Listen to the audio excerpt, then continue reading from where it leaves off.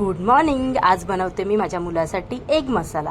त्यासाठी मी अंडी, कांदा, टोमॅटो, आलं, कढीपत्ता, लसूण आणि मसाले घेतलेले आहेत। मग मी कांदा, टोमॅटो, आलं, लसूण, कोथिंबीर आणि खडे मसाले सर्व असं परतून घेतलेलं आहे आणि त्याचं वाटप केलं।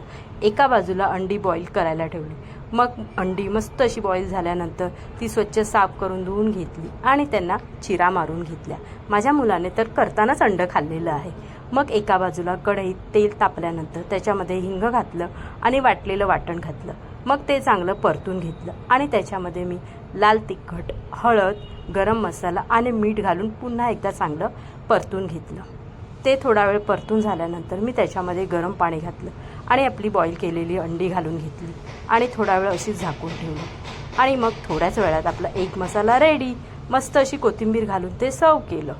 तर भेटूया नेक्स्ट व्हिडिओमध्ये। तोपर्यंत आपल्या चॅनलला लाईक, शेअर आणि सबस्क्राईब करा। बाय।